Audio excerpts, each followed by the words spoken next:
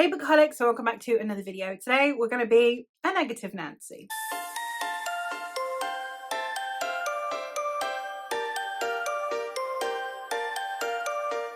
I have some genres that I absolutely adore. They are my bread and butter. And I constantly rave about them, and I am constantly talking about the best of the best that those genres have to offer. What happens though, when you read a genre often enough, there tend to be things that bother you. And these are some of the things that I myself struggle with within my preferred genres. So amongst these genres, we have our fantasy, sci-fi, historical fiction, romance, and horror. And I'm going to be talking about all of those. Today's one, we're going to start with my go-to genre, which is of course fantasy. And I'm going to talk about 5 things within the fantasy genre that irk me. Let's just get it off my chest. A venting session, if you will. So make sure that you're sitting quite comfortably while I spill the tea. Now, some of these are going to be heavier topics, and they are not ones necessarily that I am the right person to be speaking on. So these are just things that, from my perspective, feel not quite right, but there are probably other people who will be able to explain better why those are a thing. And then there are other things that are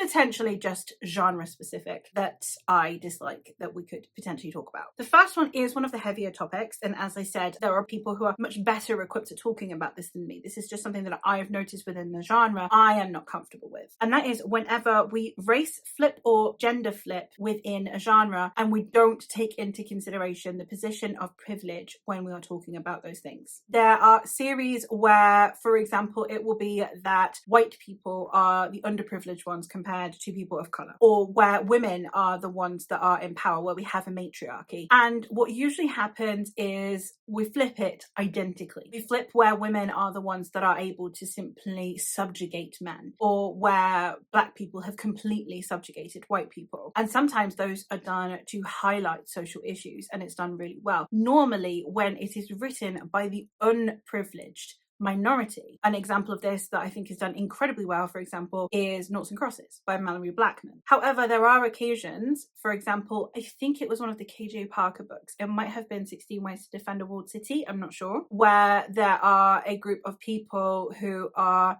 not exactly people of colour, but are potentially inspired by people of colour, subjugating the poor white men. When we do these things, if it is not to highlight a particular problem, if it is just to flip the coin, I think it can be a very disingenuous conversation, and it's not handled with the level of care that it should be. Just because we can, because it's fantasy, doesn't mean we should. I have less of a problem if you are dealing with, for example, an alien race that is subjugating all of humanity, because that would be less of a conversation about flipping the coin and more of a great leveler, that suddenly all humans are the same under this alien species, and that would be fine. Sometimes it doesn't quite happen that way. We only really see white humans on page, but then we are subjugated by these aliens that very much resemble people of color in some way, shape, or form, and those make me incredibly uncomfortable, and those are books that I don't like within the genre, and I don't think that they are always handled with the level of care that they should be. So while I think that it is important that we have these conversations, I think that you need to make sure that you are getting the right sensitivity readers, and that you are coming at it from an understanding of your position of privilege, if you are in one, before you tackle reversing it.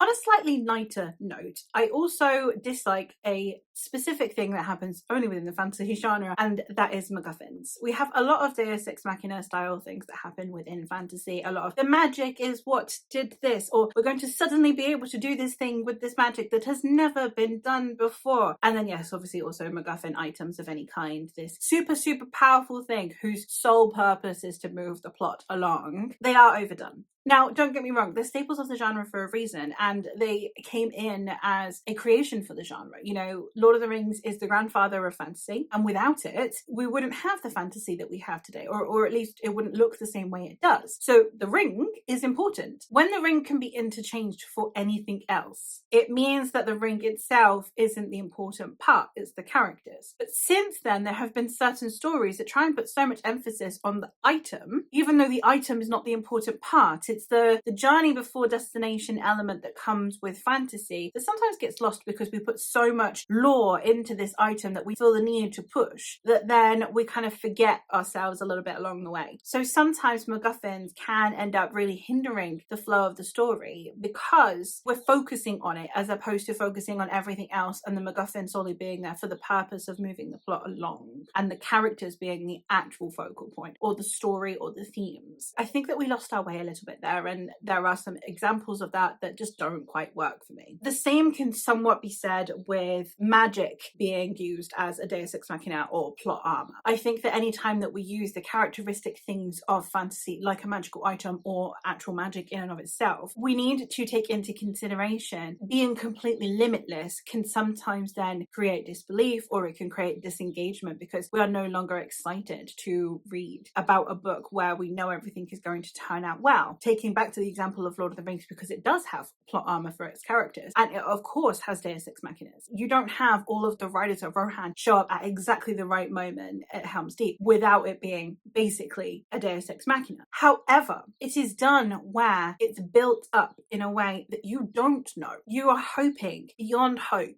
throughout the whole series that everything is going to go well. And deep in your soul, you know it will. But at what cost? That is the thing. And it's shown even more in the books. The devastation that happens in the Shire that you just don't see in the films. And that is important in the books. So it comes at a cost. And the cost is worth paying, but it doesn't make it any less of a loss. Those are important things to build up within the story. If you're going to bother using MacGuffins, if you're going to use plot armor and deus ex machinas, you need to have made it where those things don't bother the reader because they're not making reading the book purposeless. Another dark one, another difficult topic that I would like to talk about. I'm not going to talk about this very much at length, and I will put a content warning here for anyone who this might be triggering to, but I will be discussing sexual assault. So obviously if that is a topic that is going to mess with your mental health, don't watch this section and move on ahead to the next one. I will leave a timestamp down below. We do have in this section where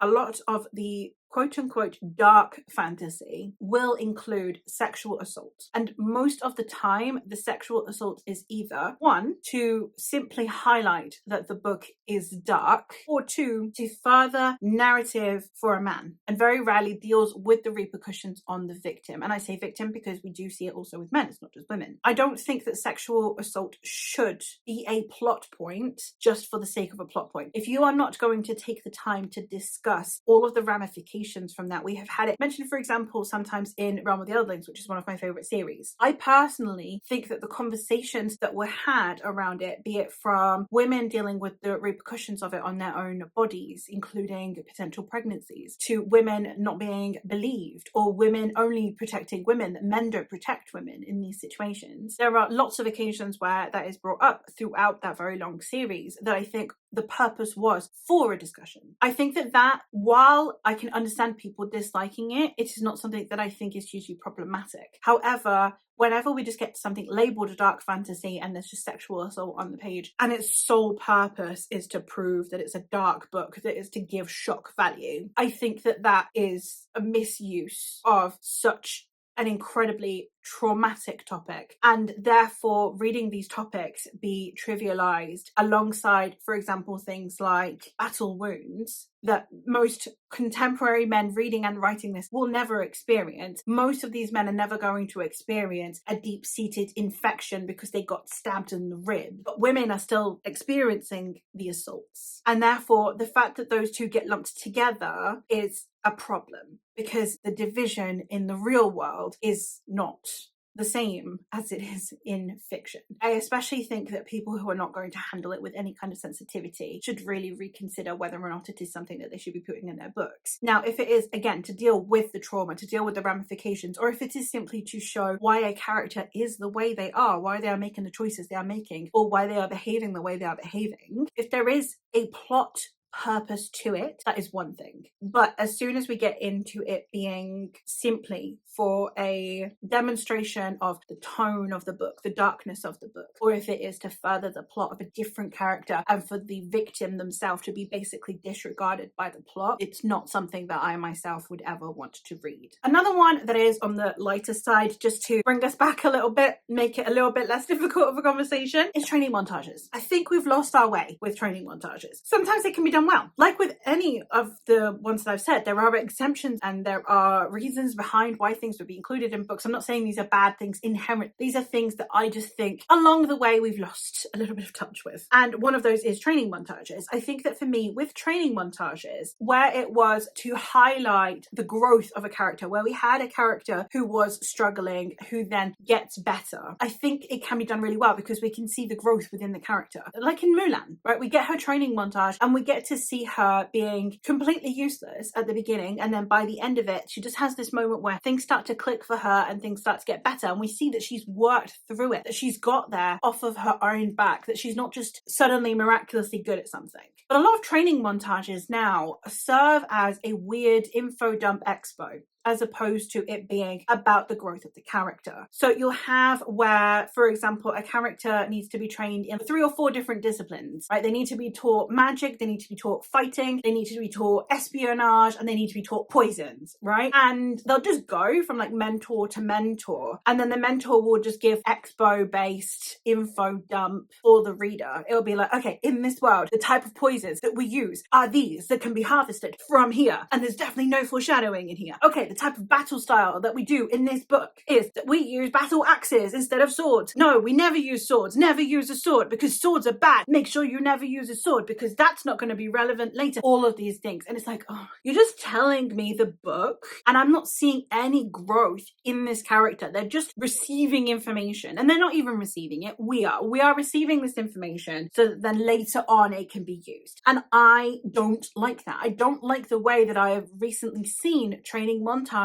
be used, because it has moved away from the growth of a character towards not very subtle info dump and foreshadowing. And I don't enjoy that element at all. So while obviously there are good training montages, I just don't like this particular trend that we've had, that I've seen a few examples of, that have been bothering me. The last one that I am going to talk about a little bit here is the history nerd in me. And that is, when we create a fantasy world, we base it on our history, but remove one part of it. But we don't take into consideration the ramifications of that.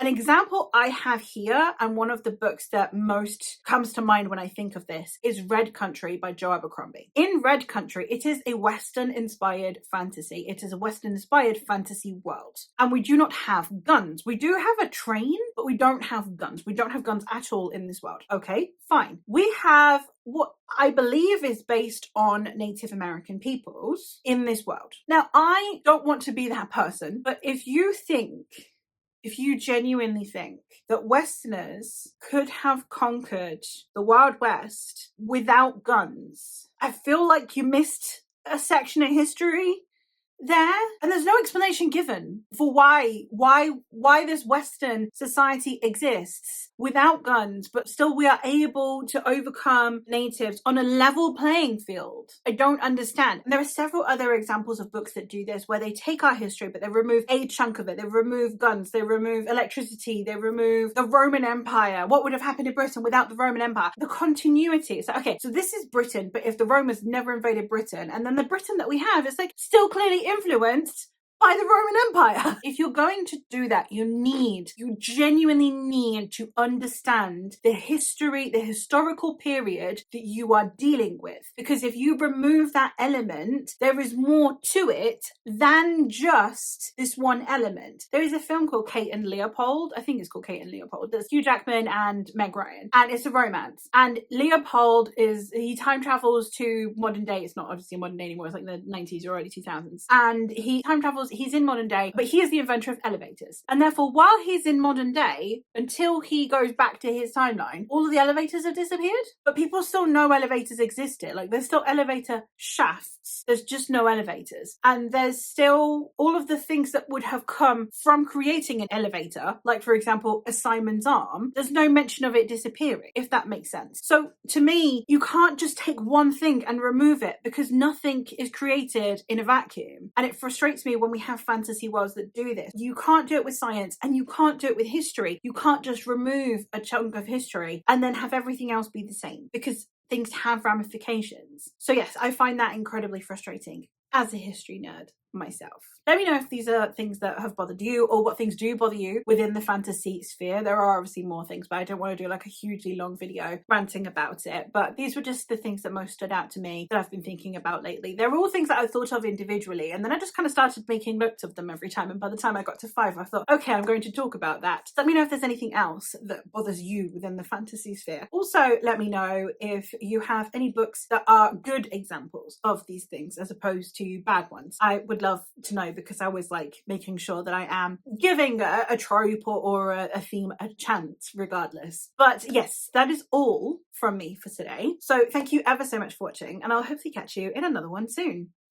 Bye!